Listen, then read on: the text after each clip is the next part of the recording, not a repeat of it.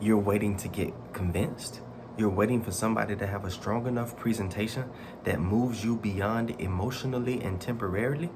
You're waiting for someone to break down the barriers to love that you have created and reinforced to make sure that they never crumble.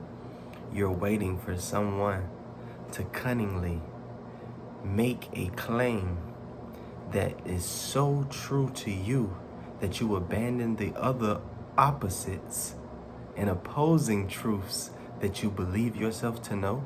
You're waiting for something that's never going to happen. You're waiting as if you don't know how stubborn and hard-headed you've always been. You're waiting as if you listened to your mama when she told you not to touch the stove because it was hot. You didn't listen to her until after you touched the stove and you cried and she said, "I told you so," and she hugged you and consoled you. And then the next time you got ready to do that stupid junk again, if you have any sense or the little bit of common sense that you should have because you was born knowing all things, you got ready to say, and you looked over at her and you reminded her it was hot. See, after you experienced it, you knew it. But when somebody told it to you, you had to go see for yourself, because that is how we truly learn. You will never, ever pass and move forward from the test of ignorance and the trip through darkness to the light vicariously through another student. You will not cheat your way through this. You cannot rely on your study buddy. End of the day, when these universal tasks are assigned and you are in the midst of them, you find yourself oftentimes distracted in the situation by the fact that the people that you have relied on are nowhere to be found. But that's by design. You need these moments of alone time. You need these moments of seeming abandonment. You need to be reminded that it is you, your creator, and your creator alone that is the necessity for you to move forward. You don't need these people. How many times have you created someone on the inside of you, called them to you, they were everything that you ever thought you wanted, you experienced it, and then down the line, you just woke up one day and was just like, I ain't really feeling this no more. And that's because you had developed a new desire, and the only thing you saw, just like when you wanted the last one, is what was in your sight for yourself in that moment. And everything that was good prior to was no longer good enough. And anything other than what you wanted, whether it's something that benefits you, suits you or not, it's the only thing good that you can see. And you go and go and go until you get it. And you've done the same thing with your healing. You've done the same thing with your pursuit of knowledge and truth. You go and you go and you study, you watch videos, and then you go out and you critique yourself the minute that the screen goes black, the minute that the book closes, and you judge yourself based on how well you've aligned with the information that you've deposited from someone else.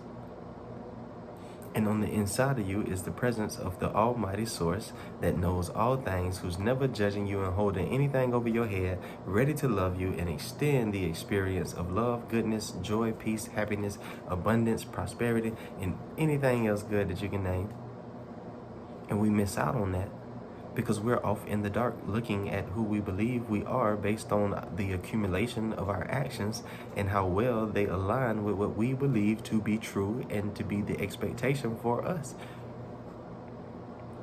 Inevitably, as you set out to do something that is impossible, inevitably, as you set out to yield your flesh and submit your flesh to the Spirit, while keeping the flesh in operation and enjoying certain bits and pieces of the presentation of your ego and the illusions that follow, you're going to be conflicted. You're going to be in pain. You're going to be dissatisfied. You're never going to look out and see, as you commingle the presentation of illusion and truth, you're never going to look out and see the peace that you long for on the inside of you, the peace that you were designed for. You've never seen peace. You've never seen peace. You have a definition of peace.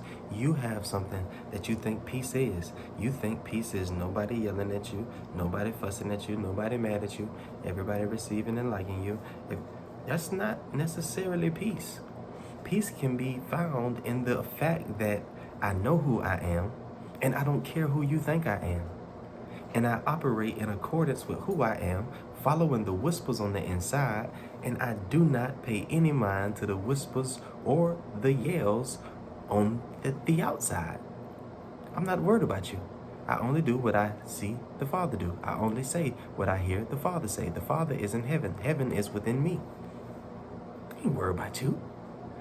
You better be working out your own salvation. You better be listening to the Father within you and doing what you see the Father do within you and saying what you hear the Father say within you, or you're going to be out here making a mess of your life that you're going to have to clean up. But as long as I don't attach myself to you in any unnatural ways, then I do not have to concern myself with the mess that you make of yourself, and I can uphold the truth of you even when you are unbeknownst to your identity and who you are through your maker. I can uphold and see you as such, and that is me praying for you. That is me seeing the truth, hoping the best, wishing the best for you. I don't have to call your phone. I don't have to text you and listen to your negativity. I don't have to give you the opportunity to infect me and send me back into a presentation that did not suit me, because I am still learning to stand up on my ground in truth and in peace. I don't have to listen to you. I can support you without ever talking to you. I can choose not to ever partner with any other illusions and any other negative pictures that you create for yourself. When you come tell me you're sick, I tell you you're well. When you come tell me you're broke, I tell you you're abundant, and there is a supernatural bank account with your name on it, and you just need to tap in. You need to go sit down, meditate, still your hands, still your mind, and go to before you end up stealing somebody else's stuff. It's really simple, but we are very slow to make changes to the patterns that become the will that we live by. We just keep turning, and we act like we're stuck inside of a process, stuck inside of a situation that is bigger than us and impossible for us to stop. But when somebody else is talking to us, trying to give us information and possibly guidance to support us in the stopping of the chaos, we beat them talking. We want them to shut up so that we can define for them the experience that has overtaken us, that we seem to have no control over because it's still going.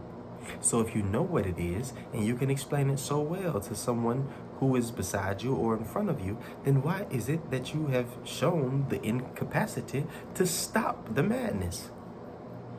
Maybe it's time that you consider the fact that maybe you do not know what you think you know. Maybe it's time that you consider that maybe what you've been looking at as your problem, thinking that once you get it corrected, even though you've corrected it time after time, and you just divert back to your old ways when it doesn't produce the outcome that you were expecting. But maybe it's time that you identify the fact that you don't know what needs to be changed. Maybe it's the fact that you still think that you can change something that is unchangeable. The state of mind you've been living in is a fixed state of mind. There is no altering the state of mind that you've chosen to partner and live through. It comes with fear. It comes with struggle, toil, striving. It comes with jealousy, envy, animosity. It comes with bitterness. It comes with illusions, lies. It comes with the promotion of separation. It comes with the promotion of lack. It comes with all of the things that you are running away from.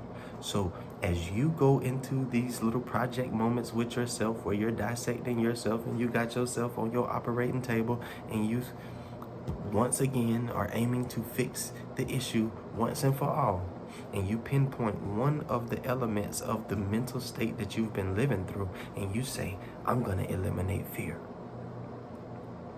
You don't understand how entangled fear is in the process of the execution of your ignorance. So as you operate on the mental state of darkness and ignorance, separation, the divided state, fear is natural to this experience. And the fear is actually there to point you back in the direction that you need to head in, back to the path of righteousness, back to the narrow way, back to the one and only on the inside who can navigate you through the wilderness the way you thought that you could navigate yourself. You been saw the signs. You been knew you was lost. You been knew that you didn't know where you were going. So why you didn't say something?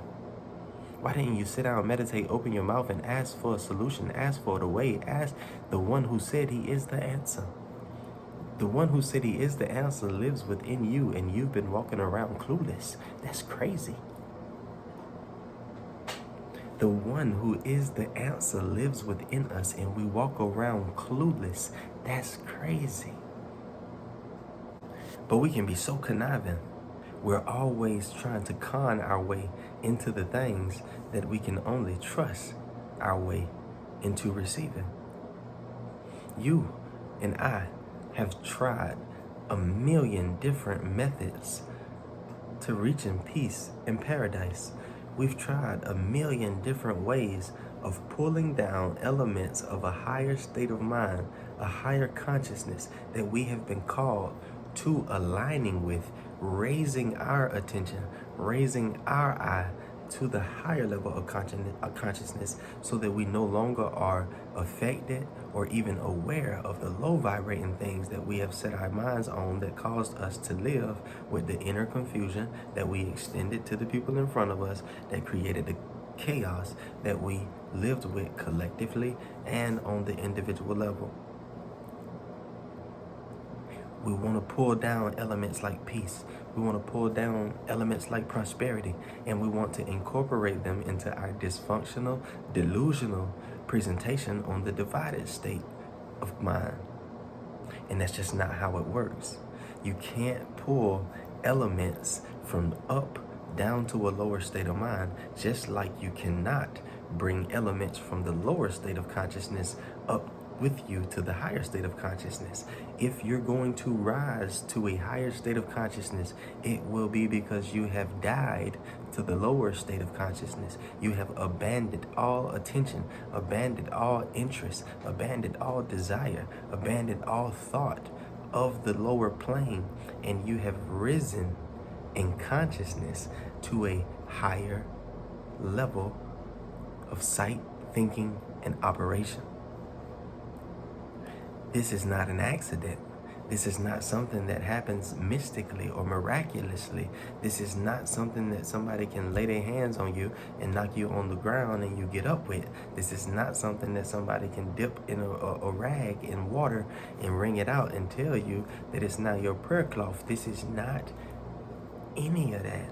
This is you going and doing the groundwork and learning of your call to liberate the world through the liberation of yourself. You have one job. If you will but liberate yourself, if you will but put the truth in operation and allow the truth to lead to the atonement that sets you free from everything in your past and opens the door to new life, and live that new life as an example of what has been extended to everybody, you personally have done your part in the saving of the world. You think about it, a lot of times when you ask the people around you, what you doing, what you been doing, a lot of times their response is nothing. And it's not spoken as a literal response, but it should be taken as a literal response, because most of the people who are responding and saying nothing, I was just over here doing such and such, are tending to the temporal satisfaction of their temporal flesh, tending to the expectations and assumptions or opinions of others, tending to things that equate to nothing. And what should we be doing?